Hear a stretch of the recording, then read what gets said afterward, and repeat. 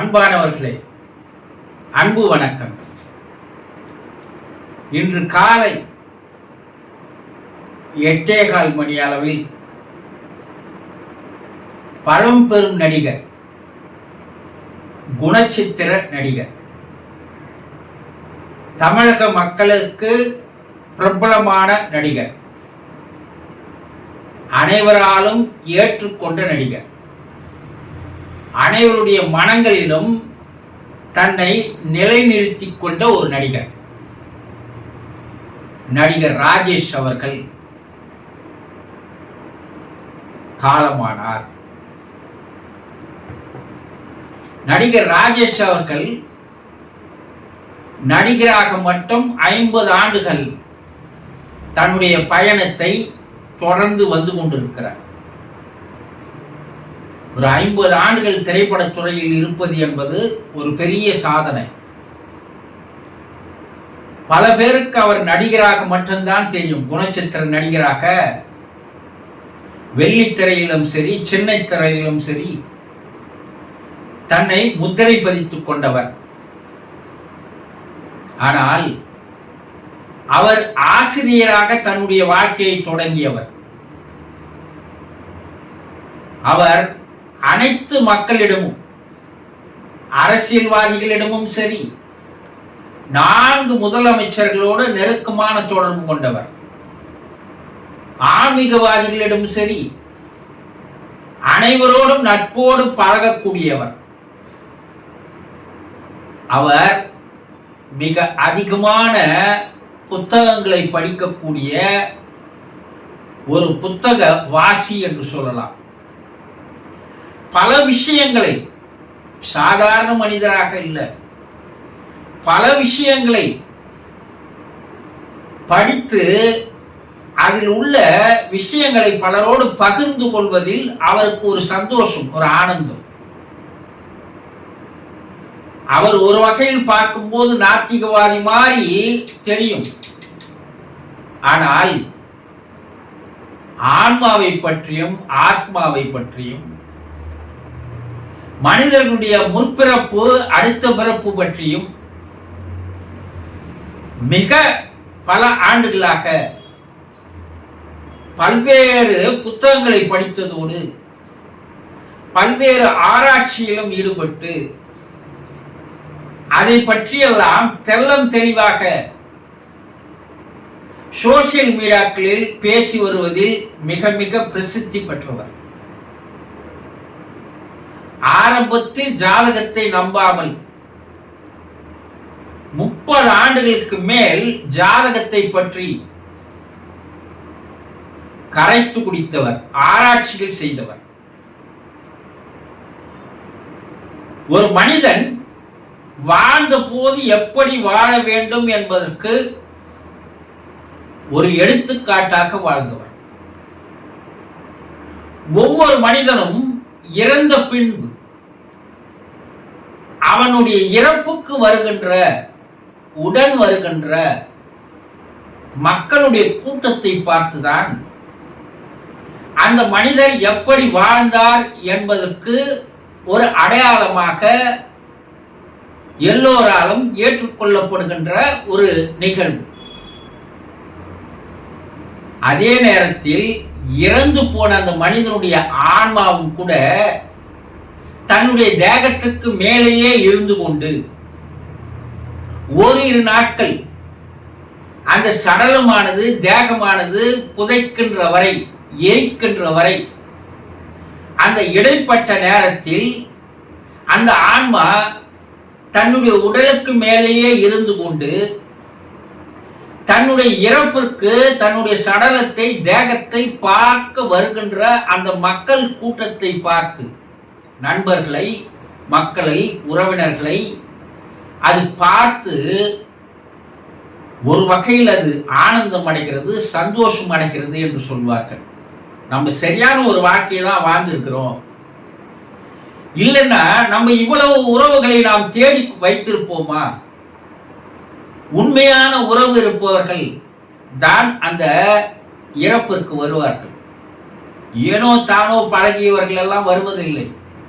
உள்ளன்போடு யார் பழகி இருக்கிறார்களோ அவர்கள்தான் அந்த தேகத்தை பார்ப்பதற்கு வருவார்கள், அதை வணங்குவதற்கு வருவார்கள்.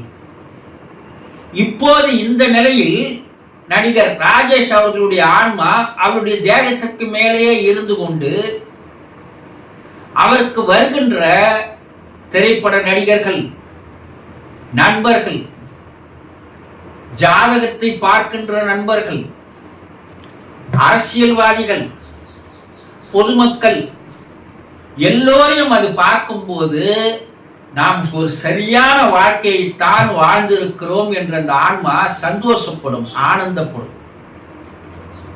தான் வாழும் பொழுதே அவர் தன்னுடைய ஆன்மாவை தூய்மைப்படுத்திக் கொள்வதிலே, தன்னைத்தானே செதுக்கிக் கொள்வதிலே அவர் ஒவ்வொரு நாளும் அந்த செயலில் அவர் ஈடுபட்டு வந்தார் என்பது அவரை நெருங்கிய நண்பர்களுக்கு நன்றாக தெரியும். அவர் சோசியல் மீடியாக்களில் ஓம் சரவண பவா என்று சொல்லக்கூடிய அந்த சோசியல் மீடியாவிலே அவர் இதுவரை பேசி இருக்கின்ற அந்த பேச்சுக்களை எல்லாம் பார்க்கும்போது ஒரு பெரிய ஒரு லைப்ரரியில் இருக்கக்கூடிய விஷயங்களை எல்லாம் ஒரு மனிதன் எப்படி தனக்குள்ளே படித்து வாங்கி கொண்டு அதை எப்படி எளிமையாக மக்களுக்கு தருவது என்பதை அதை பார்ப்பவர்களுக்கு தான் புரியும். எந்த நேரமும் சுவாசிக்காத நாள் எப்போதோ அப்போது நான் வாசிக்காத நாளாக அமையும் என்று சொல்வார்கள். அவர் இப்போதும் வாசித்துக் கொண்டுதான் இருக்கிறார். அவருடைய சுவாசம் இல்லை, ஆனா அவர் வாசித்துக் கொண்டுதான் இருக்கிறார். மனிதர்களுடைய மனங்களை வாசித்துக் கொண்டிருக்கிறார். இறந்து போனவர்களுடைய ஆன்மா சாந்தி அடைவதில் பல சிக்கல்கள் இருக்கிறது, பல தடங்கல்கள் இருக்கிறது, தடைகள் இருக்கிறது. என்னென்ன? பந்தபாசத்தால் அந்த குடும்பத்தினுடைய பந்தபாசத்தில் மீது வைத்திருக்கின்ற அந்த பாசமானது, அன்பானது அவரை சாந்தி அடைய விடாமல் தடுக்கும், இழுத்து பிடிக்கும். ஆனா இவர் தன்னுடைய மகளின் மீது பாசம் வைத்திருந்தாலும் கூட அது ஒரு பக்குவப்பட்ட பாசமாக, ஒரு தெளிவு அடைந்த ஒரு பாசமாக, அவள் வெளிநாட்டில் வாழ்ந்து வந்தாலும் கூட ஒரு தெளிவான ஒரு பாசமாக அந்த பாச கட்டுக்குள் அவருடைய ஆன்மா சிக்காது. அவர் தன்னை உணர்ந்து கொண்ட ஒரு ஆத்ம ஞானியாக தான் தன்னுடைய வாழ்க்கையை வாழ்ந்து வந்தார். அந்த ஆன்மா நல்ல ஒரு தூய்மையான நிலையில், எந்த ஒரு சிக்கலும் இல்லாமல், எந்த ஒரு தடங்களும் இல்லாமல், அது இறைவனடி போய் சேர்வதற்குண்டான ஒரு பக்குவத்தோடு தான் அவருடைய உடலை விட்டு அவருடைய ஆன்மா வெளியேறி இருக்கிறது. அவர் ஆன்மா விரைவில் அது பூர்ண சாந்தி அடையும், பூர்ண நிலையை அது அடைந்துவிடும். மற்ற மனிதர்களைப் போல பல மாதங்கள், பல வருடங்கள் ஆன்மா சாந்தி அடையாமல் தத்தளித்து தவித்து அலைந்து கொண்டிருக்கின்ற நிலை அவருக்கு இருக்காது. ஏனென்றால் ஏற்கனவே அவர் வாழும் பொழுதே தன்னுடைய ஆன்மாவை நன்கு அறிந்து கொண்டவர், அதனோடு நெருக்கமாக ஒரு உறவை, இணைப்பை வைத்துக் கொண்டு வாழ்ந்தவர்.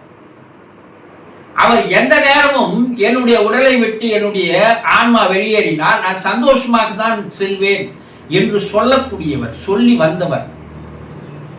ஆக இப்போது அவருடைய ஆன்மா, அவருடைய தேகமானது, உடலானது அது புதைக்கும் வரை, எரிக்கும் வரை, அநேகமாக அவருடைய உடல் புதைக்கப்படுவதுதான் அதிகமான வாய்ப்பு. அதுவரை அந்த ஆன்மா ஒரு துக்ககரமான நிலையில் இல்லாமல், துயரமான நிலையில் இல்லாமல், அது மிக ஆனந்தமான, சந்தோஷமான, ஒரு மகிழ்ச்சியான நிலையில் தன்னுடைய நிலையில் அது இருந்து கொண்டு எல்லோரையும் பார்த்து வரும். அந்த நிகழ்வு முடிந்த பின், அந்த சடங்கு முடிந்த பின் அடுத்த நிமிடமே அது தன்னுடைய மேலுலக பயணத்தை தொடங்கி அது இறைவனடி போய் சேருவதற்கு இறைவனுக்குள் ஐக்கியமாவதற்கு வாழும்போதே தன்னை தயார்படுத்திக் கொண்ட அந்த ஆன்மா மிக விரைவாக மிக சீக்கிரமாக அந்த ஆன்மா சாந்தி அடையும். மற்ற மனிதர்களைப் போல இல்லாமல் ஒரு தெளிந்த நீரோடை போல தன்னுடைய வாழ்க்கையை வாழ்ந்தவர், தன்னை அறிந்து கொண்டவர், தனக்குள் இருக்கின்ற ஆன்மாவை புரிந்து கொண்டவர், அந்த ஆன்மாவை தூய்மைப்படுத்திக் கொண்டவர், பரிசுத்தப்படுத்திக் கொண்டவர். அடுத்த நிலை அவருக்கு மற்ற மனிதர்களைப் போல இல்லாமல் ஒரு அற்புதமான ஒரு நிலையாக அது அமையும். அந்த சடங்கு முடிந்தும் அவர் ஆன்மா சாந்தி அடையும். நாமும் சாந்தி அடைய இறைவனிடம் நாமும் பிரார்த்திப்போம். சந்தோஷம்.